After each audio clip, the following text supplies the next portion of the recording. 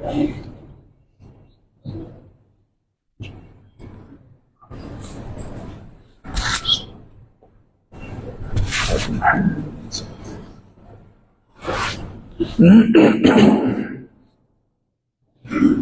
الحمد لله نحمده ونستعينه ونستغفره ونعوذ بالله من شرور أنفسنا ومن سيئات أعمالنا. من يهده الله فلا مضل له ومن يضلل فلا هادي له. وأشهد أن لا إله إلا الله وحده لا شريك له، وأشهد أن محمدا عبده ورسوله. يا أيها الذين آمنوا اتقوا الله حق تقاته ولا تموتن إلا وأنتم مسلمون. يا أيها الناس اتقوا ربكم الذي خلقكم من نفس واحدة وخلق منها زوجها وبث منهما رجالا كثيرا ونساء.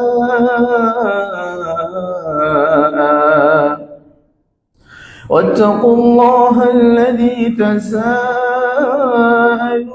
به والأرحام، إن الله كان عليكم رقيبا.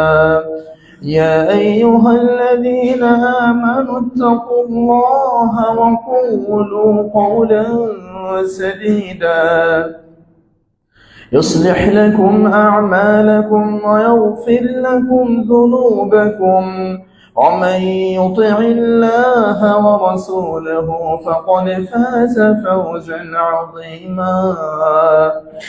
أما بعد فإن خير الحديث كتاب الله، وخير الهدي هدي محمد صلى الله عليه وسلم، وشر الأمور محدثاتها وكل محدثة بدعة وكل بدعة ضلالة وكل ضلالة في النار. أعوذ بالله من الشيطان الرجيم. بسم الله الرحمن الرحيم.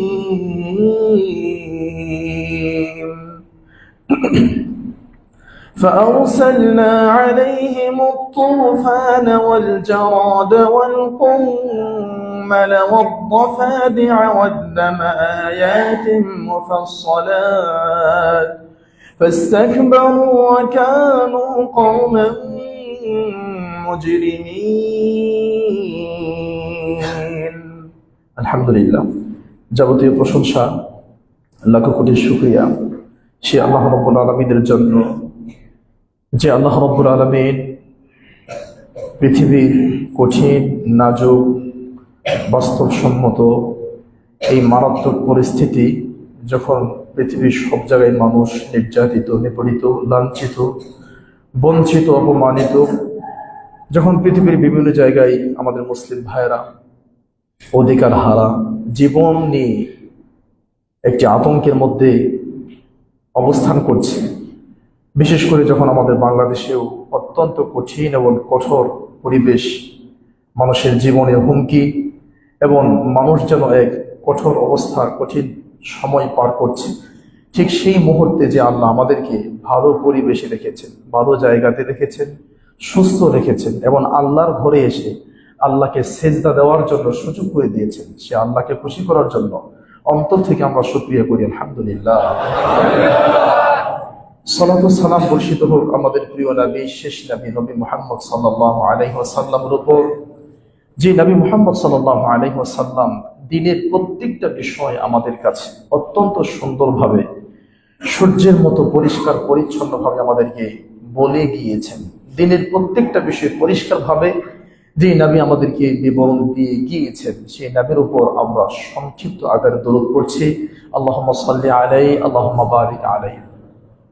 সম্মানিত সমবেত জুমার মসজিদে উপস্থিত আমার প্রাণপ্রিয় মুসলিয়ানি কেরাম, মা ও বোনেরা,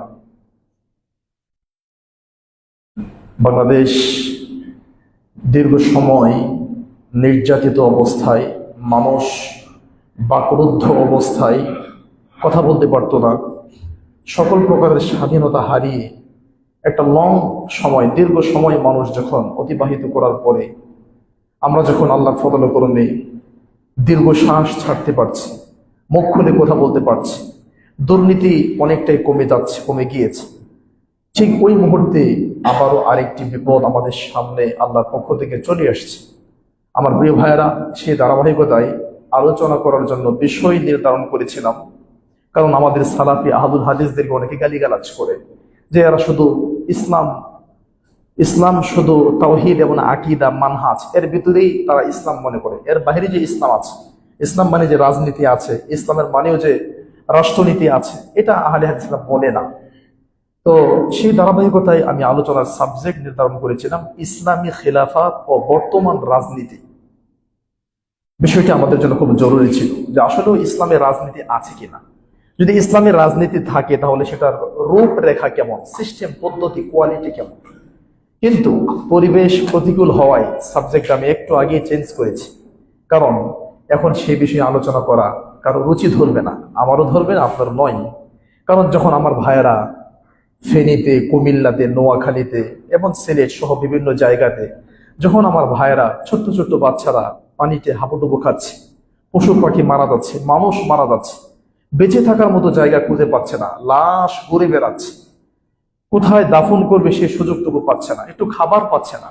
যখন 9 মাসের একটা অন্তঃসত্ত্ব মহিলা, গর্ভবতী মহিলা আপনাকে বলছে হাত ছাড়িয়ে দিয়ে আমাকে উদ্ধার করেন, আমার পেটে 9 মাসের বাচ্চা, একটু পরে মহিলাটাও মারা গেল। ঠিক এমনই মুহূর্তে ইসলামী রাজনীতি এবং বর্তমান রাজনীতি এইসব বিষয়ে আলোচনা করার মতো রুচি আমাদের নেই। আল্লাহ যদি তৌফিক দেন কখনো আলোচনা করব। আজকের আলোচনার বিষয় আপনাদের সামনে দুর্যোগ, বিপদ আপদ, বালা মুসিবত কেন আসে এবং আমাদের করণীয় কি। তাহলে দুর্যোগ বা এই ধরনের বিপদ আপদ, বালা মুসিবত কেন আসে, কি কি কারণে আসে এবং এখান থেকে বাঁচার উপায় কি, কি করলে আমরা বাঁচতে পারবো, এই বিষয়টা নিয়ে আজকে আপনাদের সামনে জুমার সংক্ষিপ্ত খুতবা আপনাদের সামনে পেশ করবো ইনশাআল্লাহ। আমার প্রিয় ভাইয়েরা, সকলের মনোযোগ আকর্ষণ করছি। প্রথমে আমরা আলোচনা করব দুর্যোগ বা বালা মুসিবত, বিপদ আপদ, এই পরীক্ষা, বন্যা, প্লাবন, তারপরে ভূমিধস, ভূমিকম্প, এই যে বিপদ আপদ গুলো আছে এগুলো কেন আসে, কি কি কারণে আসতে পারে, তার কিছু কারণ মোটামুটি আমরা 15 থেকে 16টা কারণ, জানি না সময় হবে কিনা, তাও চেষ্টা করবো ইনশাআল্লাহ। 15 থেকে 16টা কারণ বলবো। এই কারণগুলো আপনি মুখস্থ করে যখন আপনি নিজে এই কারণ থেকে বাঁচতে পারবেন, আপনার পরিবারকে এই কারণগুলো থেকে বাঁচাতে পারবেন ইনশাআল্লাহ বিইذনিল্লাহ। আমরা আশা করি আমাদের এই ধরনের সমস্যা আর হবে না। এবং এই অবস্থায় আমাদের একজন মুসলিম হিসাবে আমার এবং আপনার করণীয় কি, এটা নিয়ে আমরা কথা বলবো ইনশাআল্লাহ। চলেন আমার ভাইরা, প্রথমে আমরা কথা বলবো যে যুগে যুগে দেখা গিয়েছে, একদম পৃথিবী সৃষ্টির পর থেকে আজও পর্যন্ত এই সমস্ত যত পরীক্ষা, বালা মুসিবত, বিপদ আপদ, পরীক্ষা, ভূমিধস, ভূমিকম্প, বন্যা, প্লাবন, আরো যা কিছু আছে, আকাশী বিপদ, জমিনের বিপদ, আরো যত বিপদ আপদ আছে, সবগুলোর পিছনে 1 নাম্বার যে কারণটা পাওয়া যায় সেটা হলো জুলুম। আমাদের মধ্যে যখন জুলুম বেড়ে যাবে, অন্যায় যখন বেড়ে যাবে, তখন এগুলো আল্লাহর পক্ষ থেকে বিভিন্ন আযাব চলে আসবে। কারণ অন্যায়ের জন্য আল্লাহ কাউকে ছাড় দেন না। আপনারা আশ্চর্য হবেন এটা হাদিস শুনে, হাদিসটা আপনারা সহিহ মুসলিমে পেয়ে যাবেন। হাদিসের রাবি আবু হুরায়রা, লম্বা হাদিস, আমি শুধু প্রথম লাইনটা পড়ব। দেখেন, আল্লাহ আমাদের উপর হালাল এবং হারামের বিধান দেন, হালাল হারামের বিধান আল্লাহ আমাদের উপর দেন। আল্লাহর উপর বিধান দেওয়ার কেউ আছে না, আল্লাহকে কেউ বিধান দেবে এটা কেউ নাই।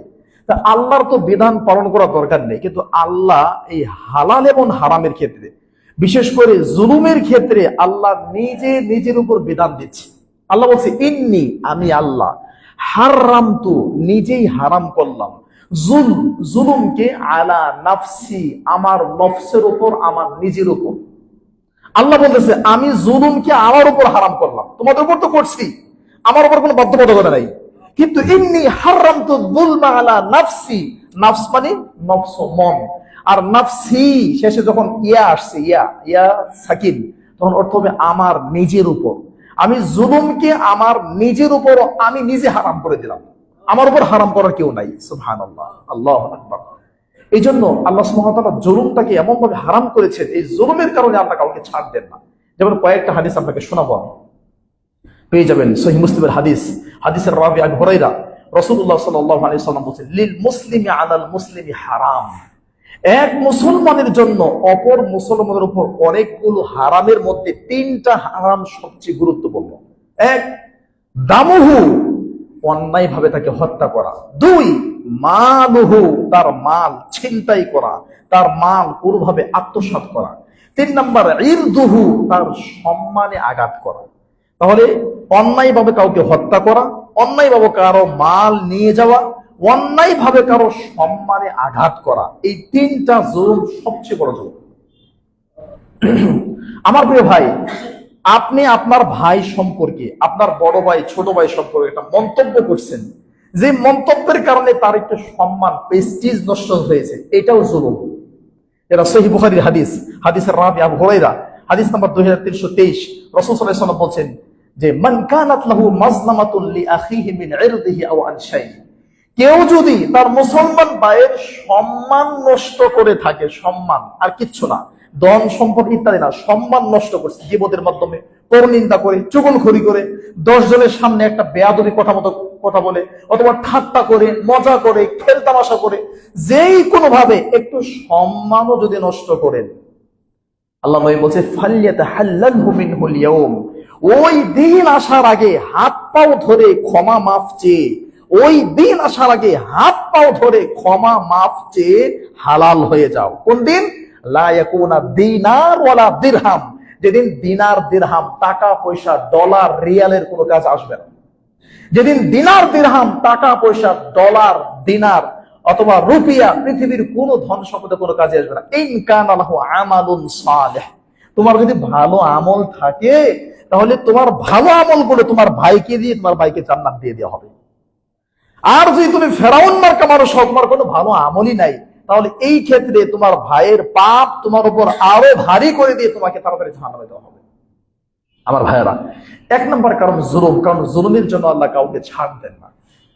যেটা আপনারা দেখেছেন, আল্লাহ সুবহানাহু ওয়া তাআলা মহাগ্রন্থ আল কোরআন মাজিদে বলেন, পারা নাম্বার 12, পৃষ্ঠা নাম্বার 12, লাইন নাম্বার 8-9, সূরা হুদ, আল্লাহ বলছেন, وَكَذَلِكَ أَخْذُ رَبِّكَ إِذَا أَخَذَ الْقُرَى وَهِيَ ظَالِمَةٌ إِنَّ أَخْذَهُ أَلِيمٌ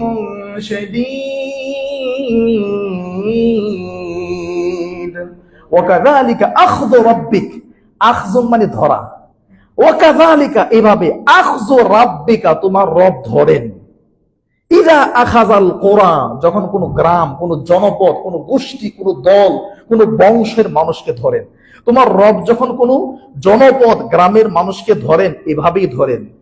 ইন্না আখযাহু আলীমুন শাদীদ, আল্লাহ যখন ধরেন তখন মারাত্মক ভাবে ধরেন, এই এখান থেকে মুক্তি পাওয়ার কোনো উপায় নেই। সুবহানাল্লাহ।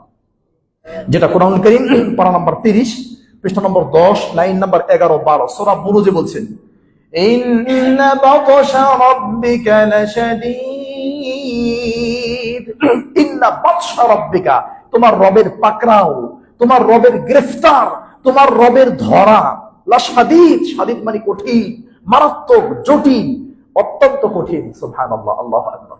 আমার ভাই, আমি 1 নম্বর পয়েন্টে আছে, শুধু কিছু দলিল দিয়ে পরে বাস্তবতায় যাচ্ছি, জুলুম কাকে বলে, কোথায় জুলুম হয়। আমার ভাইয়েরা, এই জুলুমের কারণে আল্লাহ সুবহানাহু ওয়া তাআলা ফেরাউনকে ধ্বংস করেছেন, হামানকে ধ্বংস করেছেন, কারুনকে ধ্বংস করেছেন। পৃথিবীর সবচাইতে শক্তিশালী ছিল এরা, এদেরকে আল্লাহ ধ্বংস করে দিয়েছেন। কোরআন কারীম পারা নাম্বার 20, পৃষ্ঠা নাম্বার 20, লাইন নাম্বার 5 থেকে 6, সূরা আনকাবুত, আল্লাহ বলছেন, وقارون وفرعون وهامان, وقارون وفرعون وهامان, এই তিনজন বড় বড় জালেম, এই তিনটা আমি সপ্তাহে ধরছি। ফাকুল্লান আখাযনা বিযামবি, কুল মানে সবাইকে, যেমন আরবরা বলে কুল্লু খালাস মানে সব শেষ, কুল্লান আখাযনা আমি প্রত্যেকটারই ধরছি, তিনটার প্রত্যেকটার আমি ধরছি, বিজানবিহি পাপের কারণে। কিভাবে ধরছি? ফামিনহুম মান আরসালনা আলাইহি হাসিবা ওয়া মিনহুম মান আখাযাতহু সাইহা, কাউকে শুধু বৃষ্টি দিয়ে ধ্বংস করে দিয়েছে, কাউকে শুধু আকাশ থেকে বড় বড় বিকট আওয়াজ, ঠাড়া আসানা যেটাকে আমরা কি বলি, বিজলি চমক বলি, এগুলো দিয়ে ধ্বংস করেছে, বেশি কিছু লাগে নাই। ফাকুল্লান আখাযনা বিযানবিহি ফামিনহুম মান আরসালনা আলাইহি হাসিবা ওয়া মিনহুম মান আখাযাতহু সাইহা ওয়া মিনহুম মান খাসাফনা বিহিল আরদ, কাউকে মাটির নিচে পুঁতে ফেলছে, একদম সুস্থ মানুষ দাঁড়ায় আছে, ডাইরেক্ট মাটির নিচে ঢুকে গেছে। এরপর ওয়া মিনহুম মান আগরাকনা, কাউকে পানিতে ডুবায় মারছে ফেরাউন। তার মানে একটা জালিমকে আল্লাহ ছাড় দেয় নাই, একটা জালিমকে আল্লাহ সুবহানাহু ওয়া তাআলা ছাড় দেয় নাই, আর দিবেনও না। বর্তমান যারা জুলুম করে যাচ্ছে, মুসলিমদের রক্ত খাচ্ছে, যারা মুসলিমদের রক্ত চুষা, আমেরিকার মতো, জাতিসংঘের মতো বড় বড় যারা সদস্যরা আছে, তারা বসে বসে বসে বসে দেখছে আর বলছে আমরা যাচ্ছি, চেষ্টা করছি, এই করেন সেই করেন, না কাজ হচ্ছে না, ছোট্ট একটা দেশ কিছুই করতে পারছে না। এই যে জুলুম করে যাচ্ছে, এই জুলুমের শাস্তি অচিরেই আসবে ইনশাআল্লাহ, খুব দ্রুত আসবে। আমার প্রিয় ভাইরা, ওই জুলুমের শাস্তি আসার আগে আমরা যে মুসলমানরা অনেক পাপ করেছি, পাপের যে অন্যায়, এই অন্যায়ের কারণে আমাদের উপরে শাস্তিগুলো আসতেছে। আল্লাহু আকবার। আমার ভাইয়ারা, এই জন্য জুলুম থেকে যেই কোনো মূল্যে বাঁচতে হবে। শুধু ওই জুলুম না, আমরা নিজেরাও নিজেদের নফসের উপর জুলুম করি। কেমন জুলুম জানেন? চোখের উপর জুলুম করি, হাতের উপর জুলুম করি। চোখের উপর জুলুম কি? নবী সাল্লাল্লাহু আলাইহি ওয়াসাল্লাম বলছে ইকরাহুন নাওমা ক্বাবলা আল ইশা, ইশারের আগে ঘুমানো নিষেধ, ইশারার আগে তোমরা কেউ ঘুমাবে না। ওয়াল হাদিসা বা'দাহা, আর ইশারের পরে কথা বলা নিষেধ, জরুরি প্রয়োজন ছাড়া, পড়াশোনা দ্বীনি বিষয় ছাড়া ইশারার পরে কথা বলা বা জেগে থাকা নিষেধ। যতক্ষণ পর্যন্ত মোবাইলে চার্জ আছে আর যতক্ষণ পর্যন্ত আমার শরীরে এনার্জি আছে, ততক্ষণ পর্যন্ত চোখের উপর জুলুম করেই যাচ্ছে। রাত 2টা 3টা 4টা পর্যন্ত এটা চোখের উপর জুলুম করছে। নিজের ঘরে সুন্দর বউ আছে, ভালো লাগে না, চরিত্র নষ্ট হয়ে গেছে, নিজের স্ত্রীকে সময় না দিয়ে রাস্তাঘাটে বিভিন্ন জায়গায় হোটেলে গিয়ে সময় কাটায় গেছে, এটা স্ত্রীর উপর জুলুম করা হচ্ছে। এরকম রন্ধ্রে রন্ধ্রে, জায়গায় জায়গায়, সেক্টরে, প্রত্যেকটা জায়গায় জুলুম আছে। এই জুলুমের জন্য আমরা যেটা বলি, কি নামাজে বলি, আল্লাহুম্মা ইন্নী যালামতু নাফসি যুলমান কাসীরা ওয়া লা ইয়াগফিরুয যুনুবা ইল্লা আনতা ফাগফিরলি। আল্লাহুম্মা, হে আল্লাহ, ইন্নী যালামতু নাফসি যুলমান কাসীরা, আমি আমার নফসের উপর জুলুম করেছি, অনেক জুলুম করেছি, আমাকে ক্ষমা করে দেন। আমার ভাইরা, তাহলে এই সমস্ত আযাব বিপদ আসার 1 নাম্বার কারণ জুলুম। এটা নিয়ে আমরা আর কথা বলছি না। আল্লাহর কাছে দোয়া করি, আল্লাহ আমাদের সকলকে জুলুম থেকে রক্ষা করুন, আল্লাহুম্মা আমিন। এরপরে পরস্পর ভালোবাসা না থাকা, আজকে আমাদের মধ্যে কোনো ভালোবাসা নেই। পরস্পর ভ্রাতৃত্ববোধ, ভালোবাসা, এটা মুসলিমদের দিকে হারিয়ে গেছে। মুসলিমদের থেকে হারিয়ে যাওয়ার কারণে আজকে আমরা মুসলিমদের উপর আল্লাহর পক্ষ থেকে আযাবগুলো আসতেছে। রাসূলুল্লাহ সাল্লাল্লাহু আলাইহি ওয়াসাল্লাম বলেছে, ইরহামু মান ফিল আরদি, যারা পৃথিবীতে আছে তাদের উপর তোমরা রহম করো। ইয়ারহামুকুম মান ফিস সামা, তাহলে আকাশে যে আল্লাহ আছে সে আল্লাহ তোমাদের উপর দয়া করবেন। তাহলে আমরা যদি একজন আরেকজনের উপর রহম না করি, দয়া না করি, ভালোবাসা না দেখাই, এগিয়ে না যাই, তাহলে আল্লাহ আমাদের উপর দয়া করবেন না। কিভাবে আমরা একজন আরেকজনের উপর দয়া করব? করছি না তো। ক্ষমতার জন্য, দাপটের জন্য, পেশি শক্তির জন্য, ইজ্জত সম্মানের জন্য হাজার হাজার মানুষকে গুলি করে মারতে আমরা একটু আল্লাহকে ভয় করি না। আমাদের ভিতরে কিছুই নেই। কোথায় ভালোবাসা? মানুষের মধ্যে ভালোবাসা বলতে কিছুই নেই। যদি আমার ক্ষমতা টিকিয়ে রাখার জন্য 1 লক্ষ মানুষ মারতে হয়, অসুবিধা নেই, মেরে ফেলো। তাহলে ভালোবাসা কোথায়? এই দেশে জুলুম, এই দেশে আল্লাহর পক্ষ থেকে আযাব আসবে না, কোথায় আসবে? আমার ভাইয়েরা, একটা হাদিস আপনাকে শোনাচ্ছি, সহিহ মুসলিম হাদিস নাম্বার 2569, হাদিসের রাবি আবু হুরায়রা। আবু হুরায়রা রাদিয়াল্লাহু তাআলা আনহু বলেন, রাসূল সাল্লাল্লাহু আলাইহি ওয়াসাল্লাম বলেছেন, কিয়ামতের দিন মুসিবতের মাঠে আল্লাহ বলবেন, ইবনা আদম, হে আদমের সন্তান, মারিস্তু, আমি আল্লাহ অসুস্থ ছিলাম, ফালাম তাউদনি, তুমি আমার সেবা করো নাই। তখন আপনি আশ্চর্য হবেন, আল্লাহ কাইফা আউদুকা ওয়া আনতা রাব্বুল আলামিন, আরে কিভাবে আপনার সেবা করব? আনতা রাব্বুল আলামিন, আপনি তো রব্বুল আলামিন। আমরা নামাজে পড়তাম, আলহামদুলিল্লাহি রাব্বিল আলামিন। আল্লাহ আপনি রব্বুল আলামিন না? আপনি তো রব্বুল আলামিন, তা আমরা আপনার সেবা কেমনে করবো? আল্লাহ তখন বলবেন, আমা আলিমতা, তুমি কি জানো না, আন্না আব্দি ফুলানুন মারিদা, আমার অমুক বান্দা অসুস্থ ছিল, আমার অমুক বান্দা অসুস্থ হয়ে হাসপাতালের বেডে পড়েছিল, বন্যা কবলে পড়ে একটু পানির জন্য কাতরাচ্ছে, এক মুঠ খাবারের জন্য কাতরাচ্ছে, প্রচন্ড শীতের মধ্যে পানিতে হাবুডুবু খেয়েছে, কঠিন অবস্থায় সে থেকেছে, আর তুমি অত্যন্ত আনন্দের মাঝে জীবনযাপন করেছো। তুমি ঢাকা শহরের মানুষ, সাভারের মানুষ, অন্য তোমাদের জীবনযাপন করেছো। পানি তুমি দেখো নাই, পানি তোমার কাছে যায় নাই, তুমি বসে বসে শুধু ইউটিউবে দেখেছো, ফেসবুকে দেখেছো, হয়তো একটু মনে কষ্ট লেগেছে, কিন্তু তুমি তার কাছে যাও নাই। আমা আলিমতা, তুমি কি জানো না, আন আব্দি ফুলানুন মারিদা, আমার অমুক বান্দা অসুস্থ ছিল, শোনো, আমা ইন্নাকা লাউ রুত্তাহু, তুমি যদি তার সেবা করতা, লা ওয়াজাদতা যালিকা ইনদি, তাহলে আমি আল্লাহকে আজকে তোমার পাশে পেয়ে যেতাম। হাদিস কুদসি, হাদিসে কুদসি, আল্লাহ ডাইরেক্ট বলতেছে। 2 নম্বর প্রশ্ন আল্লাহ আপনাকে করবে, ইবনে আদম, হে আদমের ছেলে এবং মেয়ের আদম সন্তান, শোনো, ইস্তাফাহামতুকা, আমি আল্লাহ তোমার কাছে খাবার চেয়েছিলাম, আমাকে খাবার দেও, আমি আল্লাহ খাবার চেয়েছিলাম, ফালাম তুতইমনি, তুমি আমাকে খাবার দেও নাই।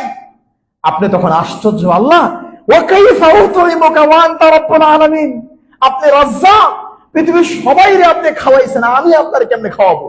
আপনি কখন আমার কাছে খাবার চাইলেন, আমি আপনাকে কিভাবে খাবার দেবো? আল্লাহ আল্লাহ তখন বলবেন, আমা আলিমতা, তুমি কি জানো না, আন্না আন্না আব্দি ইস্তাতা আমাকা ফুলান, আমার অমুক বান্দা তোমার কাছে একটু খাবার চেয়েছিল, তোমার কাছে একটু পেটের জন্য, পেটের ক্ষুধা নিবারণের জন্য খাবার চেয়েছিল, 10টা টাকা চেয়েছিল, তোমার কাছে আশ্রয় চেয়েছিল, তুমি তাকে একটু খাবার দেও নাই। আমা জেনে রাখো, ইন্নাকা লাউ আতামতাহু, তুমি যদি তারে এক মুঠো খাবার খাওয়াতে, লা ওয়াজাদতা যালিকা ইনদি, তাহলে আমি আল্লাহ তোমার পাশে আজকে থেকে যেতাম।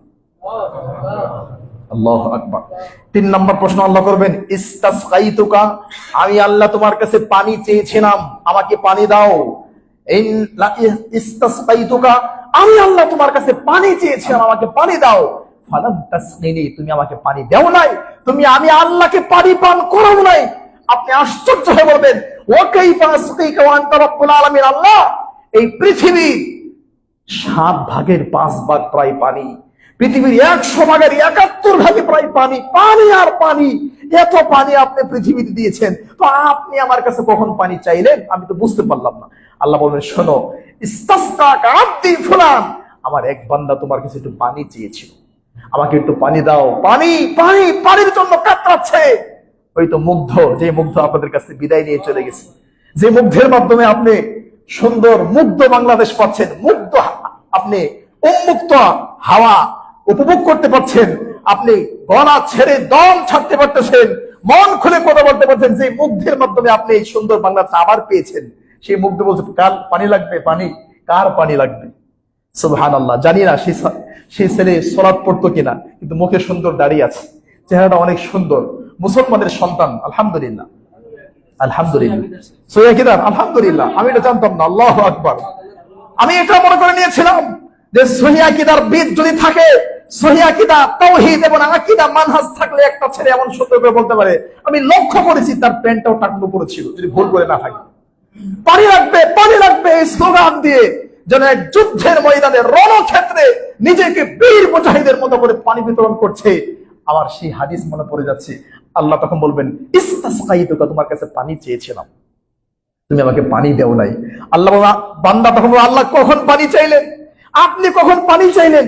আল্লাহ বলবেন, আমার অমুক বান্দা একটু পানি চেয়েছিল, তুমি তাকে পানি দেও নাই। শোনো, পৃথিবীতে যদি এক মুঠো খাবার, এক ঢোক পানি আর অসুস্থ ব্যক্তির পাশে তুমি দাঁড়াইতে পারতা, আজকে কিয়ামতের দিন মুসিবতের মাঠে ছেলে বাবার উপকারে আসবে না, বাবা ছেলের উপকারে আসবে না, পীর মুরিদ গাউস কত পৃথিবীর কেউ কারো উপকার করতে পারবে না। আরে মুহাম্মদ সাল্লাল্লাহু আলাইহি সাল্লাম তার মেয়ে ফাতেমাকে বলছে, ফাতেমা, শোনো ফাতেমা, তুমি যদি লাউ শিইতি, তুমি যদি পৃথিবীর কোনো ধন সম্পদ চাও, পৃথিবীর কোনো কিছু চাও, তাহলে চেয়ে নাও, ওয়াল্লাহি লা উগনি আনকি মিনাল্লাহি শাইআ, আমি নবী মুহাম্মদ কিয়ামতের দিন তোমার বাবা মুহাম্মদ, তুমি ফাতেমার 0.1% উপকার করতে পারবো না। যেই কিয়ামতের মাঠে মুহাম্মদ সাল্লাল্লাহু আলাইহি সাল্লামের মতো পাওয়ারফুল নবী তার মেয়ে ফাতেমার একটু উপকার করতে পারে না, সেদিন আল্লাহ আপনার পাশে থাকবে তিনটা কাজ করতে পারলে। এক, অসুস্থ ব্যক্তির পাশে দাঁড়াতে পারলে। দুই, যাদের পেটে খাবার নাই, ক্ষুধায় কাতরাচ্ছে, তাদের পাশে একটু খাবার দিতে পারলে। তিন, যারা একটু বিশুদ্ধ পানি পাচ্ছে না, টয়লেটের পানি আর বন্যার পানি সব পানি এক হয়ে গিয়েছে, সাপ কুমির বিভিন্ন রকম হিংস্র পানির সাথে রাত্রি যাপন করছে, তাদের পাশে একটু দাঁড়াতে পারলে আল্লাহ কিয়ামতের দিন আপনাকে আপনার পাশে দাঁড়াবেন। সুবহানাল্লাহ, আল্লাহ আল্লাহ সাহায্য করবেন। সহিহ মুসলিম 2569 2569 নম্বর হাদিস, সহিহ মুসলিমের হাদিস আপনাকে শোনালাম আমার ভাইয়ারা। তাহলে 2 নম্বর হলো একজন আরেকজনের ভালোবাসায় এগিয়ে আসা। 3 নম্বর জিনা এবং ব্যভিচার, এটা বলার অপেক্ষা রাখে না। আমার গত মাসের জুমার খুতবার টপিক ছিল পর্দা। পর্দার মধ্যে আমি বিষয়গুলো একদম বাস্তবতার সাথে আপনাদের সাথে শেয়ার করেছি যে জিনা এবং ব্যভিচার বাংলাদেশে কতটা সহজ।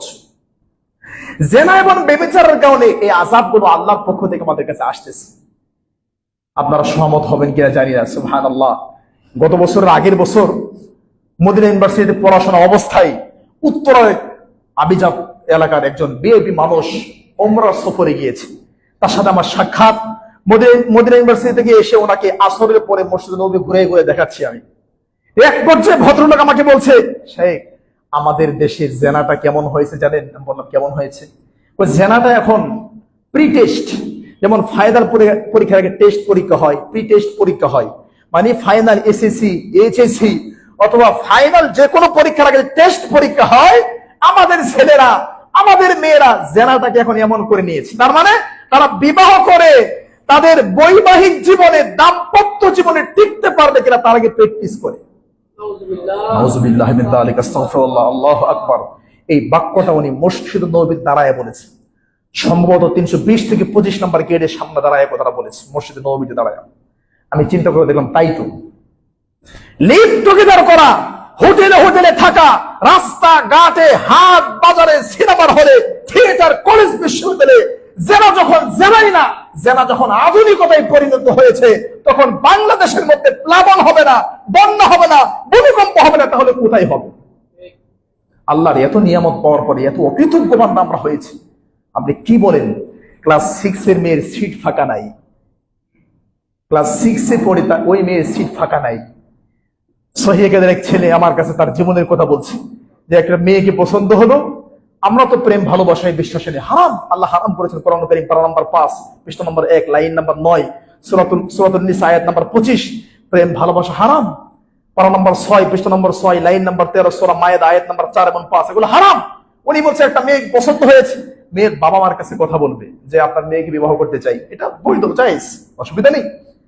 তো মেয়ের কাছে যখন প্রস্তাব দিয়েছে, মেয়ে বলছে আমার তো সিট ফাঁকা নাই, আমার লাভার আছে।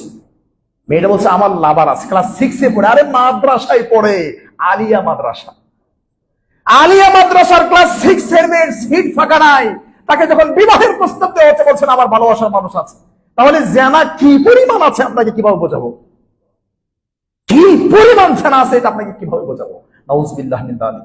আমার ভাইয়েরা, যারা সোশ্যাল মিডিয়ার সাথে সম্পৃক্ত, ইউটিউব, ফেসবুক, বিভিন্ন রকমের সাথে, আপনারা দেখবেন মাঝে মধ্যে 100 টাকা, 150 টাকা, 200 টাকার বিনিময়ে বৈধভাবে এদেশের পবিত্র মাটিতে অসংখ্য বেশ্যাখানা আছে যেখানে দিন রাত জানা হচ্ছে। নাউযুবিল্লাহ, অসম্ভব, আপনি কল্পনা করতে পারবেন না কি পরিমাণ জানাই পৃথিবীতে বেড়েছে।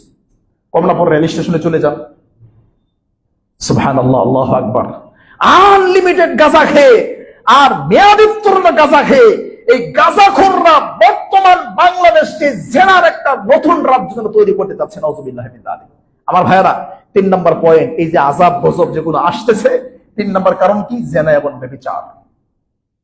জিনা এবং ব্যভিচার আপনাদেরকে বলেছিলাম সহিহ মুসলিমের হাদিস, ফাল আইনানি জিনাহুমা আন-নাযরু, দুই চোখের জিনা চোখ দিয়ে দেখা, ওয়াল উযনানি জিনাহুমা আল-ইসতিমাউ, দুই কানের জিনা কান দিয়ে শোনা, ওয়াল ইয়াদ জিনাহা আল-বাতশু, হাতের জিনা হাত দিয়ে ধরা, ওয়ার রিজিল জিনাহা আল-খুতা, পায়ের জিনা পা দিয়ে হেঁটে হেঁটে যাওয়া, ওয়াল কলবু ইয়াহওয়া ওয়া ইয়াতামান্না, অন্তরের জিনা অন্তর দিয়ে চিন্তা করা, ওয়া ইউসাদ্দিকু যালিকাল ফারজ ওয়াল কাযিব, সর্বশেষ জেনা হলো লজ্জাস্থান দিয়ে। আমি গত পর্দার আলোচনা একটা পয়েন্ট ছুটে গেছিল, এখন মনে আসছে।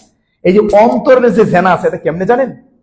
এই জন্য বলছিলাম, পর্দা মেনটেন করতে হলে সর্বোচ্চ পর্দার একটা সাইড, একটা দিক কি জানেন? সুবহানাল্লাহ, সেটা হলো আপনার স্ত্রী এবং আপনার মেয়ের কোনো কাপড় চোপড় ছাদের উপর লাগতে পারবেন না, বারান্দায় লাগতে পারবেন না, মেহমান খানায় লাগতে পারবেন না, যেখানে যখন তখন মেহমান আসতে পারে, দোকানের কর্মচারী, আপনার ফ্রেন্ড, অথবা যে কোনো কেউ, আপনার দিনী ভাই। আরে আমিও যদি আপনার বাসায় যাই, আমি আর কি, আমি তো এখনো যুবক মানুষ, আমার কি পরিমাণ তাকুয়া আছে, আমি আর কি, আমি কোনো দলিল না। মক্কার ইমাম আব্দুর রহমান সুদাইসও যদি আসে, তার সামনে আপনার স্ত্রী, আপনার ছেলে মেয়ের কারো কোনো কাপড় চোপড় তার সামনে রাখতে পারবেন না। কারণ এটাও এখানে আল্লাহ একটা আয়াত আমাদেরকে ইঙ্গিত করেছেন, কোরআনুল কারীম পারা নাম্বার 22 পৃষ্ঠা নম্বর 1 লাইন নাম্বার 1 থেকে 3 সূরা আহজাব। ফায়াতমা আল্লাযী ফি কলবিহি মারাদ, কল মানে মন, আর মারাজ মানে রোগ, যার অন্তরে রোগ আছে, অন্তরের কিছু রোগ আছে। কাপড় দেখে মনে হয় কাপড়টা এরকম, তাহলে মেয়েটা এরকম হবে, কাপড়ের সাইজ এরকম, তাহলে মেয়েটা এরকম হবে। এটা শয়তান তাকে শিখাবে, নাউযুবিল্লাহি মিন যালিক। এটা অন্তরের জিনা, অন্তর দিয়ে এই পরিমাণ চিন্তা করলে এটা অন্তরের জিনা। আল্লাহ যদি আমাকে আপনাকে ক্ষমা না করেন, তাহলে বাঁচার কোনো উপায় নেই। রাসূল সাল্লাল্লাহু আলাইহি ওয়াসাল্লাম বলেন, লা ইয়ানজু আহাদুম মিনকুম বিআমালিহি, পৃথিবীর কেউ তার আমল দিয়ে মুক্তি পাবে না, পৃথিবীর কেউ তার আমল দিয়ে আল্লাহর কাছে মুক্তি পেয়ে জান্নাত পাবে না। সাহাবীরা আশ্চর্য হয়ে বলছে, আল্লাহ নবী, এত আমলের কথা আপনি বলেন, আবার আমল দিয়ে মুক্তি পাবে না, এটা কেমন কথা, বুঝলাম না। আল্লাহ নবী, ওয়ালা আনতা, আপনিও কি আপনার আমল দিয়ে মুক্তি পাবেন না? আপনি তো সবচাইতে বেশি আমল করেন, তো আপনিও কি আপনার আমল দিয়ে মুক্তি পাবেন না? বলছি ওয়ালা আনা, আরে আমিও না, আমাকে আল্লাহ আমার আমল দিয়ে মুক্তি দিবে না। তাহলে মুক্তি কি দিয়ে হবে? আল্লাহর রহমত, আল্লাহর দয়া, আল্লাহর অনুগ্রহ ছাড়া আমার মতো আপনার মতো এরকম দুর্বল শ্রেণীর মানুষ কোনোদিন জান্নাতে যেতে পারবো না। কত পরিমাণ অন্যায়ের মধ্যে আমরা ডুবে আছি। আল্লাহু আকবার। নবীর মতো মানুষ, উনি যদি ওনার আমল দিয়ে জান্নাতে যেতে না পারে, তাহলে আমি কি আমল করি, আপনি কি আমল করেন? কত পাপের মধ্যে আমরা ডুবে আছি। আল্লাহু আকবার। সুতরাং বাঁচার কোনো উপায় নেই আল্লাহর দয়া ছাড়া। এই জন্য সবসময় আল্লাহর কাছে দয়া চাই, আল্লাহ তোমার দয়া, তোমার অনুগ্রহ ছাড়া বাঁচার কোনো উপায় নেই। আমার প্রিয় ভাইয়েরা, আমি আমার আলোচনা সংক্ষিপ্ত করব, সময় অনেক কম। এরপরে 4 নাম্বার হচ্ছে আমার প্রিয় ভাইয়েরা, সুদ এবং ঘুষ। এই বিষয়ে আমি কথা বলবো না, এটা জুমার খুতবায় আছে, আল্লাহ তৌফিক দান করুন। সুদ এবং ঘুষ এটা অনেক বড় একটা জুলুম। এই জুলুমের জন্য আল্লাহ তাআলা অনেক শাস্তি দেন। কি শাস্তি আপনি দিবেন? আমার ভাইয়েরা, মদিনা থেকে আসার পরে শেখ আব্দুর রাজ্জাক বিন ইউসুফ আমাকে মদিনায় দেখা হলো, একসাথে আমরা হজ করলাম। গত বছর আগে একসাথে হজে গেলাম, মানে হজ করলাম। তো সেখানে একটা প্রোগ্রাম ছিল আরব সাগরের পাশে। তো উনি আমাকে বলছে, তোমার পড়াশোনা শেষ, তুমি দেশে যাইবা, জামিয়া সালাফিয়া তুমি প্রথম শিক্ষক ছিলা, তোমার জীবনের প্রথম মাদ্রাসা, তোমাকে সেখানে আসতে হবে। তো এদিকে আমি আবার যেখানে পড়াশোনা করেছি, মাদ্রাসাতুল হাদিস নাজিরাবাজার ঢাকা, এখানে ছাত্র আমি। এখান থেকে বলছে, তুমি আমাদের ছেলে, আমরা তোমাকে গড়িয়ে তুলছি, আমাদের হক বেশি, শেখ আব্দুর রাজ্জাকের কাছে নয়, আমাদের এখানে থাকতে হবে। তো দুই পক্ষের মধ্যে একটু কথা বাকবিতণ্ড হয়। শেখ আব্দুর রাজ্জাক বিন ইউসুফ জমিয়ত সভাপতি ডক্টর আব্দুল্লাহ ফারুক সালাফির ফোন দিয়েছে যে আমার শিক্ষক আপনারা দেন, আমার এখানে আসা দরকার। তো যাই হোক, জমিয়ত সভাপতি বলছে, শেখ মাহবুবুর রহমান, আপনি যেখানে ভালো মনে করেন, ওটাও আমাদের প্রতিষ্ঠান, এটাও আমাদের প্রতিষ্ঠান। আমি যে বিষয়টা বলতে চাচ্ছি আপনাকে, সুবহানাল্লাহ, আল্লাহু আকবার। আমার প্রিয় ভাইরা, এই বিষয়টা বলতে চাচ্ছি, সেটা হলো এই যে সুদ এবং ঘুষ, এটা যে কত পরিমাণের একটা অন্যায়, সেই অন্যায়টা বোঝাতে গিয়ে আমি আপনাকে একটা বাস্তব উদাহরণ, আমাদের পারস্পরিক অহংকারের একটা বিষয় আপনাকে বলতে চাচ্ছি। সেটা হলো, এক পর্যায়ে আমি এখন এখানে থেকে গেলাম, যেখানে আমি আছি এখানে আছি, এখানে থেকে আমি, কারণ তারাও বললো যে এখানে পড়াশোনা করেছে, এখানের ছাত্র, এখানে শিক্ষক। এটা আমার কাছেও ভালো লেগেছে, আমি এখানে ছাত্র ছিলাম, আমি এখানে শিক্ষক, আলহামদুলিল্লাহ। আমার ভাইয়েরা, এই যে আমি যে বিষয়টা বলতে চাচ্ছিলাম, সুবহানাল্লাহ বিহামদি, আল্লাহু আকবার।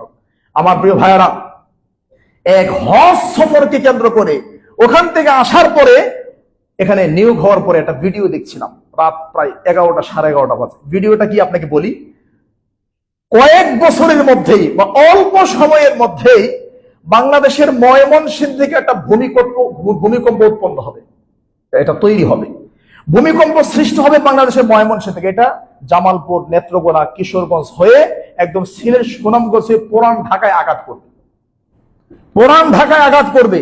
তো বলা হচ্ছে যে পুরান ঢাকায় এটা আঘাত করলে কয়েক লক্ষ মানুষ মারা যাবে, হাজার হাজার বিল্ডিং ধসে যাবে। তো পুরান ঢাকার ফায়ার সার্ভিস যারা কর্মকর্তা তারা বলতেছে, আমরা সরকারের কাছে অগ্রিম আমাদের দুর্বলতা প্রকাশ করছি, এইরকম একটা সম্ভাবনা খুবই হতে পারে। যদি হয় তাহলে পুরান ঢাকাকে আমরা রেড সিগন্যাল রাখলাম, এবং পুরান ঢাকায় আমাদের কোনো অপারেশন কার্যকলাপ চলবে না। পুরান ঢাকার একটা বিল্ডিংও ঠিক নাই, কোন বিল্ডিং কোন সিস্টেমে তৈরি করা হয় নাই। যদি ভূমিকম্প পুরান ঢাকায় হয়, লক্ষ লক্ষ মানুষ মারা যাবে, আমরা একটা মানুষ উদ্ধার করতে পারবো না, লাশ উদ্ধার করতে পারবো না। এগুলো সব বুড়িগঙ্গা নদী আমরা ফেলাই দিব। এটা ফায়ার সার্ভিস আগেই বলে দিচ্ছে। তার মানে আমরা কতটা বিপদের মধ্যে আছি আপনারা ভাবতে পারেন? মানে আল্লাহর কতটা দয়ার মধ্যে আমরা বেঁচে আছি, আমরা কতটা দয়ার মধ্যে বেঁচে আছি। এখনো পুরান ঢাকায় এরকম বহু বিল্ডিং আছে, মানুষ মারা গেলে লাশের দুই পায়ে একজন ধরে, মাথাতে একজন ধরে, মাঝখানে ধরে সিঁড়ি দিয়ে নামবে, এরকম সিঁড়ি নাই, ওরকম গলিই কম। তার মানে আমাদের অবস্থানটা আপনাকে বোঝাচ্ছি, এত কঠিন অবস্থার মাঝে আমরা থেকে যেই পরিমাণ অন্যায় আমরা করছি, যেই পরিমাণ জুলুম করছি, রিক্সাওয়ালাকে মানুষই মনে করে না, গরু ছাগল মনে করে না রিক্সাওয়ালাকে। ওই সাইডের মানুষগুলো, অনেক মানুষ আছে মানুষকে মানুষকে মনে করে না, কিন্তু এটা ভাবে না নিমতলিতে আগুন লেগে কতগুলো মানুষ মারা গেছে, আমি নিজের চোখে দেখেছি। লাশগুলোকে কাফনের কাপড় দিয়ে দাফন করা যায় না, হাত একটা এরকম হয়েছে, এরকম, এটা কিভাবে দাফন করবেন? এক পা আকাশে আর এক পা নিচে, এভাবে একবার শুটকির মতো হয়ে গেছে। সুবহানাল্লাহ। এই নিমতলির আগুন থেকে মানুষ শিক্ষা নেয় না। আর এত কেন? তুরস্কের মধ্যে যে আল্লাহ ভূমিকম্প দিয়েছেন, তুরস্কের যে ভূমিকম্প হয়েছে আপনারা দেখেছেন, শুধু বাংলাদেশ নয়, সারা পৃথিবী থেকে স্বেচ্ছাকর্মীরা, যারা স্বেচ্ছাসেবক, সেনাবাহিনী, পুলিশ, আর বিভিন্ন রকম আনসার সহকারে নৌবাহিনী, বিভিন্ন বাহিনী তুরস্কে গিয়ে বহুদিন পরিশ্রম করে সেখান থেকে লাশ উদ্ধার করেছে, বিল্ডিং এর যেগুলো ধ্বংসস্তূপ সরিয়েছে। আপনি বলেন, তুরস্কের মতো দেশ, এত উন্নত দেশ, এত হাই কোয়ালিটির বিল্ডিং, সেগুলো আল্লাহ মুহূর্তের মধ্যে রাতের বেলা ঘুমিয়ে আছে, আল্লাহ ধ্বংস করে দিয়েছে। একটু চিন্তা করেন, আমরা সাভারবাসী, আমরা যারা আছি, আমরা যারা ঢাকাবাসী আছি, আল্লাহ যদি একটু রাগ করেন আর যদি আমাদেরকে একটু ধ্বংস করেন, আমাদের কি অবস্থা হবে একটু চিন্তা করেন। আমার ভাই, ধন সম্পত্তি কি করবেন? সম্পদ আপনার উপকার করতে পারে না, 15টা পয়েন্ট পাওয়া সম্ভবই নাই, কারণ আলোচনা অনেক লম্বা হয়ে যাবে। সম্পদ দিয়ে আপনি কি করবেন? চুরি, ডাকাতি, ছিনতাই, এটা হলো আজকের আলোচনার 5 নম্বর বিষয়। এই চুরি, ডাকাতি, ছিনতাইয়ের কারণে আমাদের বাংলাদেশের মধ্যে আল্লাহর পক্ষ থেকে গজব বেশি পরিমাণে আসতেছে। কেমনে? আপনি তো শুধু জুতা চুরি পিটিয়েছেন, আমরা শুধু জুতা চোরকে পিটাই। কোরআন কারীম পারা নম্বর 6 পৃষ্ঠা নম্বর 13 লাইন নম্বর 3, আল্লাহ চোরের শাস্তি হাত কেটে দিতে বলেছেন। কোরআন কারীম পারা নম্বর 18 পৃষ্ঠা নম্বর 9 লাইন নম্বর 4, 5, 6 সূরা নূর, জিনাকারী নারী পুরুষকে আল্লাহ শাস্তি দিয়েছেন, বেত্রাঘাত করতে হবে। প্রত্যেকটা বিষয়ে ইসলামের স্পষ্ট নির্দেশন রয়েছে, আদর্শ রয়েছে, বিধান রয়েছে। আমার ভাইরা, জুতা চোররে আমরা পিটাইতে পারি, ডাকাতকে আমরা পিটাইতে পারি, ছিনতাইকারীকে ধরলে আমরা পিটাইতে পারি, কিন্তু চোরের ভেষে নয়, আধুনিকতার বেশে, নেতার বেশে, ক্ষমতার বেশে, কলমের ছোঁয়া মেরে আজকে বড় বড় চেয়ারে বসে হাজার হাজার কোটি টাকা বাংলাদেশের মানুষের কষ্টার্জিত টাকাকে যারা বিদেশে পাচার করেছে, ধন সম্পদের পাহাড় করেছে, যে বাংলাদেশের মানুষ এখনো পর্যন্ত এক বেলা খাওয়ার জন্য সারাদিন পরিশ্রম করে, রিক্সাওয়ালা, ভ্যানওয়ালা, কামলা, কুলি, মজুর, বাংলাদেশের অসংখ্য নারী যারা বেশ্যাখানায় ইজ্জত বিক্রি করে, এরা সোশ্যাল মিডিয়াতে আসলে বলে কি করব, পেটের দায়ে আসছি, খাবার নাই, পানি নাই, মা অসুস্থ, বাবা অসুস্থ। যেই দেশের মানুষ এক মুঠো খাবারের জন্য, যেই দেশের মানুষ একটু মাথা গোটার জন্য, একটা টিনের নিচে, ছাদের নিচে ঘুমানোর জন্য, যেই দেশের মানুষ একটু কাপড়ের জন্য, একটু পানির জন্য এরকম কঠিন অবস্থার মাঝে আছে, সেই দেশের, আধুনিক দেশের, ডিজিটাল চোর, ডিজিটাল বাংলাদেশের ডিজিটাল ডাকাতরা ডিজিটাল সিস্টেমে রাতারাতি কোটি কোটি টাকা পাচার করে দিয়েছে। তাদেরকে আমরা চোর বলি না, তাদেরকে আমরা চোর বলি না। লা হাওলা ওয়ালা কুওয়াতা ইল্লা বিল্লাহ। আজকে ইসলামী ব্যাংকে যাবেন, যে আমার 20 লাখ টাকা আছে, বলবে সরি, আপনি 1 লাখ নিতে পারবেন, আমাদের কাছে টাকা নেই। এখন 3 লাখ নিয়ম করেছে। আপনার টাকা আছে আপনার অ্যাকাউন্টে 20 লাখ, 30 লাখ, কিন্তু ব্যাংক আপনাকে 1 লাখের উপর দিতে পারছে না। কেন? আমার টাকা আমার, আমি রেখেছি, আমি কোনো সুদ ঘুষ না, আমার ঘুষ নেই না, আমি কোনো লাভ নেই না, আমার টাকা আমাকে দিবেন না, এই টাকা কোথা থেকে দিব? সুবহানাল্লাহি ওয়া বিহামদিহি। আমার ভাই একটু প্রশ্ন করেন তো, একটু প্রশ্ন করেন। বেনজিরের মতো মানুষ, ওদিন মিডিয়াতে বলছে বেনজির পুলিশের ডিআইজি না কি ছিল, আইজি, বেনজিরের মতো মানুষ সে যে বেতন পায় তার সারা জীবনের বেতন এবং পেনশনের টাকা একত্রিত করলে 3 কোটির উপরে যায় না। কথা ভালো করে বুঝেন, সারা জীবনের বেতন এবং পেনশনের টাকা একত্রিত করলে 3 কোটির উপরে হবে না, আমরা 5 কোটি ধরলাম। আর এই ভদ্রলোক কিছুদিন দায়িত্ব পালন করে 1000 কোটি টাকার মালিক। আল্লাহু আকবার, সুবহানাল্লাহ। এটা আপনার টাকা, আপনার, আপনি বুঝেন না, আপনি বুঝেন না। আপনি কি জানেন শিক্ষামন্ত্রী যারা শিক্ষার দায়িত্বে ছিল তারা বর্তমান যে কারিকুলাম দিয়েছে, কারিকুলাম কেন দিয়েছে জানেন? আপনাকে আপনার ছেলেকে অকিজ বানানোর জন্য। অদূর ভবিষ্যতে আগামী 10 বছর পরে বাংলাদেশে কোনো মেধাবী থাকবে না, মেধার নামে ছাগল বানায় ছাড়বে আপনাকে। আপনার ছেলে ছাগল, আপনি পাগল হবেন, মানে অন্যায়ের বিরুদ্ধে কোনো কথাই বলতে পারবেন না। হ্যাঁ, আল্লাহ সেটা দূর করে দিয়েছেন, আল্লাহ সেই জালেমকে দূর করেছেন। আলহামদুলিল্লাহ, আল্লাহুম্মা লাকাল হামদ ইযা জাআ নাসরুল্লাহি ওয়াল ফাth। আমার প্রিয় ভাইরা, যেটা বলতে চাচ্ছিলাম, এই যে চুরি এবং ডাকাতি, আরো কাছে গেলে আমাদের আরো বলতে হয় এই টাকা পয়সা কি করতে পারে। আপনাদের চোখে দেখেছেন সালমান এফ রহমান। আমরা মানুষকে ততক্ষণ ভালোবাসি যতক্ষণ তারা কোরআন সুন্নাহর প্রতি থাকে, এটি আমাদের ভালোবাসার নিদর্শন। এই যে আজকে তার অবস্থান, হাজার হাজার কোটি টাকার মালিক, আজকে তাকে রিমান্ডে নিয়ে যাওয়া হচ্ছে, লুঙ্গি পরে কি অবস্থায় আছে আপনারা দেখেছেন। কই, টাকা তো তার সম্মান বৃদ্ধি করতে পারে নাই। যারা 15 বছর চুরি করেছে এখন তাদেরকে পেটানো হচ্ছে। যে পুলিশরা কান ধরে তাদেরকে সম্মান, কান ধরে উঠবোস করতো, যেই পুলিশরা তাদের নির্দেশ মেনে চলতো, আজকে সেই পুলিশরাই তাদেরকে আবার পেটাচ্ছে। এটা কার ক্ষমতা? আল্লাহু আকবার, সুবহানাল্লাহ। মুহূর্তের মধ্যে আল্লাহ জালেমকে নস্যাৎ করে ধ্বংস করে দিতে পারেন, এটি আমাদেরকে শিক্ষা গ্রহণ করতে হবে। আল্লাহ আমাদের সকলকে অন্যায় থেকে বাঁচিয়ে রাখুন, আল্লাহুম্মা আমিন। আমার প্রিয় ভাইয়েরা, এই সমস্ত পাপের পেছনে আরেকটা বড় কারণ হলো শিরিক। আমাদের দেশে শিরিক আছে না নাই? রন্ধ্রে রন্ধ্রে শিরিক, শিরিকের অভাব নেই। তা আমাদের দেশে বন্যা আসবে না কোথায় আসবে? এত পরিমাণ শিরিক। আশ্চর্য দেশের নাম বাংলাদেশ। আরে অমুসলিম কান্ট্রি যারা আছে ওরা তো এমনি মুশরিক। যে মুশরিক তাকে নিয়ে তো ভাবার, তার শিরিকে আমার আশ্চর্য হওয়ার কিছু নেই। যে মুশরিক সে শিরিক করে, এটা নিয়ে আমার আশ্চর্য হওয়ার কিছু না, আমাকে দাওয়াতি কাজ করতে হবে।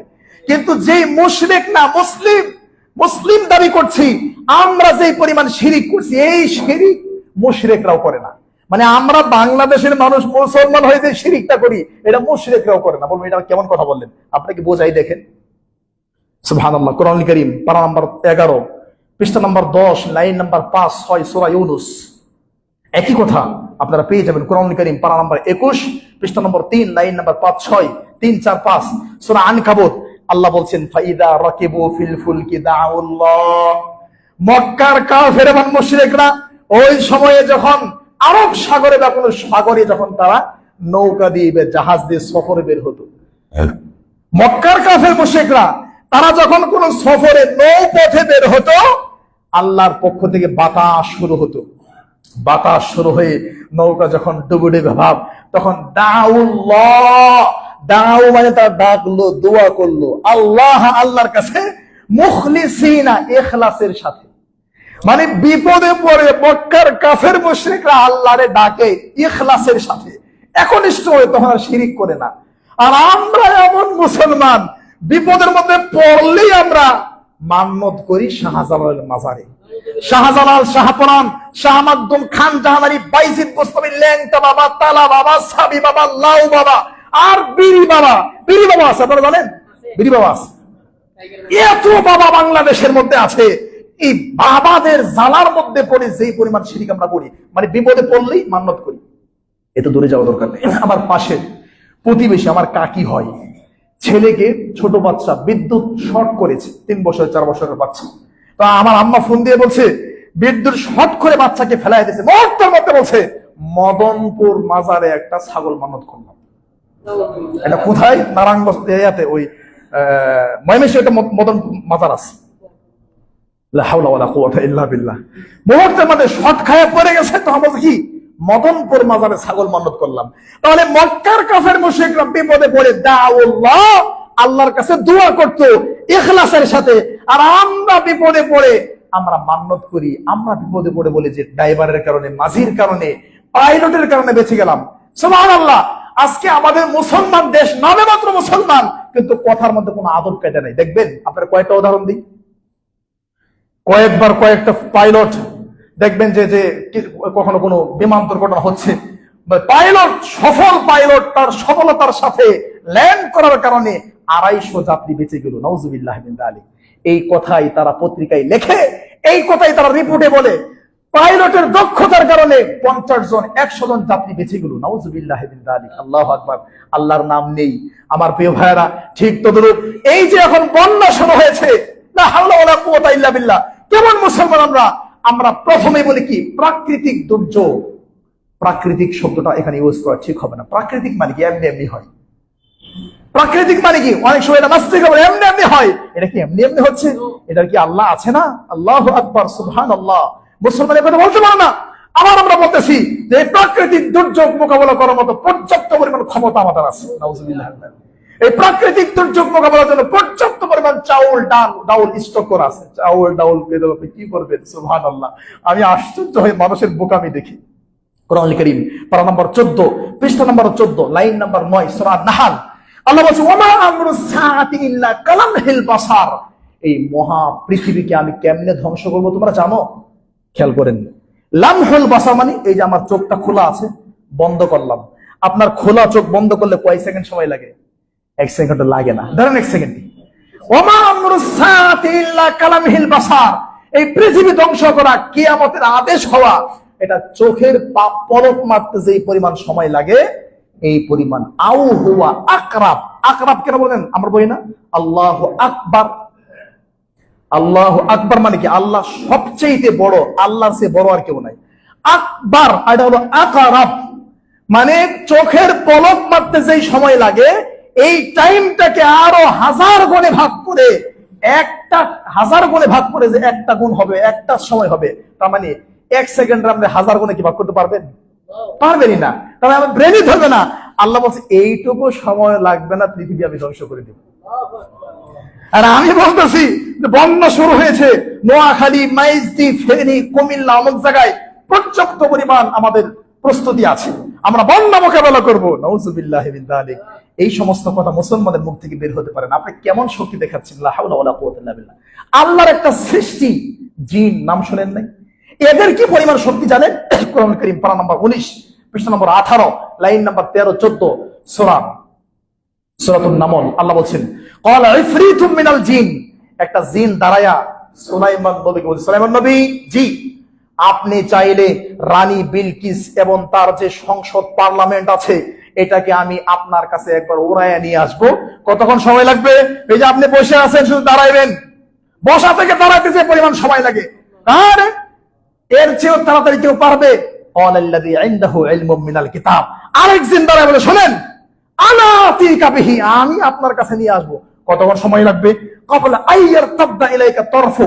চোখের পাতি বন্ধ করতে যে পরিমাণ সময় লাগে, খোলা চোখ বন্ধ করতে, বন্ধ চোখ খুলতে যে পরিমাণ সময় লাগে, তার আগে রানী বিলকিস তার পার্লামেন্টকে একদম উঁচু করে আপনার কাছে নিয়ে আসবে। এটা আল্লাহর সৃষ্টির ক্ষমতা। আল্লাহর ক্ষমতা কত বেশি, আর আপনি ওই আল্লাহর ক্ষমতার সামনে বলেন মোকাবেলা করবেন, আল্লাহর ক্ষমতার সামনে বলেন আমার এই আছে সে আছে। এটা বেয়াদবি। এই বেয়াদবির জন্য আল্লাহ কখনো আমাদেরকে ছাড় দিবেন না। সংবাদকর্মী যারা আছে বলছে এতজন মারা গেছে, একটার মুখ ধরে ইন্না লিল্লাহ বের হয় না। বন্যায় এতগুলো মারা গেছে, হ্যাঁ, তারপরে আন্দোলনে এতগুলো মারা গেছে, কারো মুখ দিয়ে ইন্না লিল্লাহি ওয়া ইন্না ইলাইহি রাজিউন বের হয় না। আমার ভাইরা, এগুলো আমাদের চরম পর্যায়ে অন্যায়। এই অন্যায় থেকে আমাদেরকে বাঁচতে হবে। আল্লাহ আমাদেরকে বাঁচার তৌফিক দান করুক, আল্লাহুম্মা আমিন। আমার প্রিয় ভাইরা, 6 নাম্বার কারণ, এই যে যা অন্যায়গুলো হচ্ছে, আমি লম্বা করব না, যে অন্যায়গুলো হচ্ছে, এগুলো 6 নাম্বার কারণ হলো আমাদের হাতের কামাই। কিসের কামাই? এটা আল্লাহ কোরআনুল কারীম বলেছেন, পারা নম্বর 21, পৃষ্ঠা নম্বর 7, লাইন নম্বর 14, সূরাতু আর-রুম। আল্লাহ বলেছেন, ظهر الفساد في البر والبحر بما كسبت أيدي الناس। পৃথিবীতে যত অন্যায় হচ্ছে, পৃথিবীতে যত আযাব গজব হচ্ছে, বিমা কাসাবাত আইদিন নাস, এগুলো তোমাদের হাতের কামাই। তোমরা হাত দিয়ে কামাই করেছো, এখন সেই করে ভোগ করো। নাউজুবিল্লাহ। 7 নাম্বার কারণ, হাতের কামাই না, তবে আল্লাহ আমাদেরকে পরীক্ষা করার জন্য এমনটা করেন। সুবহানাল্লাহ। দলিল কোরআন কারীম পারা নম্বর 2 পৃষ্ঠা নম্বর 2 লাইন নম্বর 13-14 সূরা আল বাকারা 2 নম্বর সূরা 154 এবং 55 নম্বর আয়াত। আল্লাহ বলছেন وَلَنَبْلُوَنَّكُمْ بِشَيْءٍ مِّنَ الْخَوْفِ وَالْجُوعِ وَنَقْصٍ مِّنَ الْأَمْوَالِ وَلَنَبْلُوَنَّكُمْ, আমি আল্লাহ তোমাদেরকে পরীক্ষা করব কি দিয়া? বিশাইইম মিনাল খাউফ, তোমাদেরকে ভয় দিয়া, ওয়াল জু, ক্ষুধা দিয়া, ওয়া নাকসিম মিনাল আমওয়াল, ধন সম্পদ ব্যবসা বাণিজ্য ক্ষতি কইরা, ওয়াল আনফুস, তোমাদেরকে মাইরা, ওয়া সামারা, তোমাদের ফল ফ্রুট কৃষি কার্য বিভিন্ন শাক সবজি ক্ষতি করে। তাহলে ভয় ভীতি দিয়ে, ক্ষুধা দিয়ে, আতঙ্ক দিয়ে, তোমাদেরকে মেরে, তোমাদেরকে হত্যা করে, অথবা তোমাদের ব্যবসা বাণিজ্য ক্ষতি করে, ফসলের ক্ষতি করে, ওয়ালা নাবলুওয়ান্নাকুম, আমি তোমাদেরকে পরীক্ষা নিব। শোনো, ওয়াবাশশিরিস সাবিরিন, এই পরীক্ষায় যারা সবর করবে তাদের জন্য সুসংবাদ। সুবহানাল্লাহ। 8 নম্বর কারণ আমার প্রিয় ভাইরা, আল্লাহর পক্ষ থেকে হলো গজব আল্লাহ আগেও দিয়েছেন। যেমন 9 নম্বর পারা 5 নম্বর পৃষ্ঠা বলছেন ফাআরসালনা আলাইহিমুত তুফান, আমি তাদের কাছে তুফান পাঠাইছি। তুফান মানে কি? জলোচ্ছ্বাস, এই বন্যা প্লাবন তাদেরকে আমি দিয়েছি। ওয়াল কুম্মালা, হুকুম দিয়েছি। ওয়াল জারাদা, টিড্ডি দিয়েছি। ওয়াদ দাফাদা, ব্যাঙ দিয়েছি। ওয়াদ দাম, রক্ত দিয়েছি। এগুলো গজব। কি মানে? খাবারে হাত দিয়েছেন, খাবার ব্যাঙ হয়ে গেছে, খাইতে মন চাইবো? খাবারে হাত দিয়েছেন, খাবার উকুন হয়ে গেছে। যেখানে হাত দেয় ওটা রক্ত হয়ে যা, ব্যাঙ হয়ে যা, উকুন হয়ে যা, খাওয়া যায় না। এগুলো আল্লাহর গজব। আল্লাহ এর আগে উম্মতকে দিয়েছেন। কোরআন কারীম পারা নম্বর 20 পৃষ্ঠা নম্বর 17 লাইন নম্বর 1 সূরাতুল আনকাবুত, ওয়ালাকাদ আরসালনা নূহান ইলা কওমিহি ফালাবিথা ফীহিম আলফা সানা ফাআখাযাহুমুত তুফান। 950 বছর নূহ আলাইহিস সালাম তার জাতিকে দাওয়াত দিয়েছেন। দাওয়াত যখন কবুল করে নাই, তাওহীদ যখন মেনে নেয় নাই, ফাআরসালনা আলাইহিমুত তুফান, আল্লাহ এদেরকে তুফান দিয়ে, জলোচ্ছ্বাস দিয়ে ধ্বংস করে দিয়েছেন। সুতরাং বাংলাদেশের যারা বন্যায় কবলিত হয়েছে তাদেরকে উদাত্ত আহ্বান জানাবো, আমরা জানতে পারি বনি ইসরাইলকে, ইহুদি এবং খ্রিস্টানদেরকে, নূহ আলাইহিস সালামের জাতিকে আল্লাহ ধ্বংস করেছেন কেন? তাওহীদ কবুল না করার কারণে, আল্লাহর প্রতি ঈমান না আনার কারণে, ঈমানকে পরিষ্কার পরিচ্ছন্ন নির্ভেজাল না করার কারণে। আমাদের বাংলাদেশে বর্তমানে যে পরিমাণ মুসলমান আছে, 5 থেকে 6% মুসলমান ছাড়া আর বাকি 94%, 95% মুসলমানের আকীদা তাওহীদের মধ্যে চরম পর্যায়ের ভুল আছে। আকীদাগত সমস্যা, ঈমানের সমস্যা, শিরক এবং বেদাত দিয়ে পরিপূর্ণ। এইগুলো যতক্ষণ পর্যন্ত আমরা না ছাড়বো, শিরককে যতক্ষণ পর্যন্ত বিদায় করতে না পারবো, ততক্ষণ পর্যন্ত আমরা সফল জাতি হতে পারবো না। কিভাবে হবেন? আমাকে দাওয়াত দিয়ে নিয়ে গেল আমাদের রেস্টুরেন্ট, আমাদের দিনী ভাইদের ভাড়া করা রেস্টুরেন্ট সিলেট সুনাম করছে। 1 ঘন্টা 1.5 ঘন্টা বলেছিলাম, 1 ঘন্টা 1.5 ঘন্টা বক্তব্য দিলাম। 15-16 জন বড় বড় মুফতি আসছে আমার মাহফিল, আমি আলোচনা করছি, মাইকটা টান দিয়ে বলছে, উনি যে ঢাকা থেকে এসে 1-1.5 ঘন্টা বক্তব্য দিল, এগুলোকে আপনারা বিশ্বাস করেন? বলছে না, একটাও বিশ্বাস করি না। আমি বাচ্চার মতো হয়ে গেলাম, বলে কি এগুলা?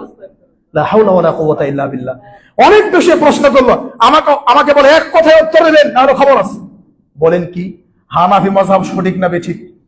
এখন যে অবস্থা, আমি বেঠিক বললে পিটাই দেবে, পিটাই এখানে শেষ, একদম রেডি আমাকে মারবে। রাস্তাঘাট সব বন্ধ, যে রাস্তা দিয়ে বের হবো রাস্তাও বন্ধ। এক কথায় উত্তর দিবেন, হানাফি মাযহাব সঠিক না বেঠিক? তো এখন কি উত্তর দেব বলেন? সঠিক যদি বলি তাহলে তো এটা আমানতের খেয়ানত হবে, লাইভ হচ্ছে, মানুষ দেখবে যে বিপদে পড়ে কি বললো এটা। কিন্তু আল্লাহ তো আমাকে দেখবে, মানুষের দেবে বড় কিছু না। আর বেঠিক বললেই খবর আছে। বললাম সব প্রশ্নের উত্তর এক বাক্যে দেওয়া যায় না। বলতে বলতে যখন বললাম যে এই সমস্যা, আল্লাহ তাআলা আরশে আজিমে আছে, সব জায়গায় নাই। সুবহানাল্লাহ। এই কথা বলার পরে মাইকটা টান দিয়ে 15 থেকে 16 জন মুফতি আর সব ওয়াজ শ্রোতা আমাকে বলছে, আপনি কাফের হয়ে গেছেন, এখন তওবা করেন, আর নয় আপনি কাফের, আমাকে বলতেছে। আমি বললাম জি না, এখানে ছাড় দিতে পারি না। আল্লাহ আরশে আজিমে আছে, কোরআন থেকে 6-7টা দলিল দিলাম, হাদিস থেকে দলিল দিলাম, ইমাম আবু হানিফার লিখিত কিতাব থেকে দলিল দিলাম, এরপর আপনি আমাকে কাফের বলছেন। তখন তারা উত্তেজিত হয়ে আমাকে বলছে, বেলচা দিয়ে পিটাবে। ট্রাকের বালু ভাই আমরা বেলচা, ময়লা ফেলাই বেলচা, আমাকে বেলচা দিয়ে পিটাবে। কেন বললাম এই কথা? এই জন্য বললাম, 15-16 জন মুফতি তারা যদি আমাকে বলে যে আল্লাহ আরশে না, আল্লাহ সব জায়গায় আছে, তাহলে আপনি সাধারণ মানুষের কাছে কেন যাবেন? এদের ইমানের মধ্যে, এদের আকীদার মধ্যে চরম পর্যায়ের ভুল আছে। এই সমস্ত ভুল থাকার কারণে আমরা কখনো সফল হতে পারবো না, আযাব তো আসবেই। আমার ভাইয়েরা, আলোচনা এমনি লম্বা হইতেছে, লম্বা করছি না, কোনো পয়েন্টে যাবো না। 15 থেকে 16টা পয়েন্ট ছিল। বিবেকের কাছে প্রশ্ন, আজকে যারা গাউস কুতুবের কথা বলছি, 360 জন ওলিয়া উলিয়ার দেশ, ওলিয়া উলিয়ার শহর, সেই সিলেট শহরকে আমরা পণ্যভূমি বলতেছি। আজকে 360 জন ওলিয়া উলিয়ার শহর, পণ্যবর্তী শহর, পবিত্র শহর সিলেট শহরকে আমরা বলতেছি। আজকে সেই সিলেটে, সুনামগঞ্জে, ফেঞ্চগঞ্জে, বিভিন্ন জায়গায়, নোয়াখালী সহকারে বাংলাদেশি এত ওলিয়া উলিয়া, এত গাউস কুতুব, এত ক্ষমতার বাংলাদেশে ওলিয়া উলিয়ার, এত পীরের ক্ষমতা, এই পীররা কি একটু পারে না নোয়াখালীর মানুষদের উপর দয়া করার জন্য? পীররা কি একটু পারে না নোয়াখালী, কুমিল্লা, তিতাস, গোমতী আরো যে এরিয়াতে আজকে মুসলমান এভাবে মারা যাচ্ছে, যে পীররা কিয়ামতের দিন মুসিবতের মাঠে বড় বড় জাহাজ দিয়ে পার করে জান্নাতে নিয়ে যাবে, তারা আজকের প্লাবনে একটা জাহাজ নিয়ে কি সেটা আশ্রয় কেন্দ্র বানাইতে পারে না? এটা আমার কাছে কেমন ধরে লাগে। লা হাওলা ওয়ালা কুওয়াতা ইল্লা বিল্লাহ ওয়াল ইয়াদু বিল্লাহ। আমার ভাইরা, আলোচনা লম্বা নয়, মনে অনেক কষ্ট।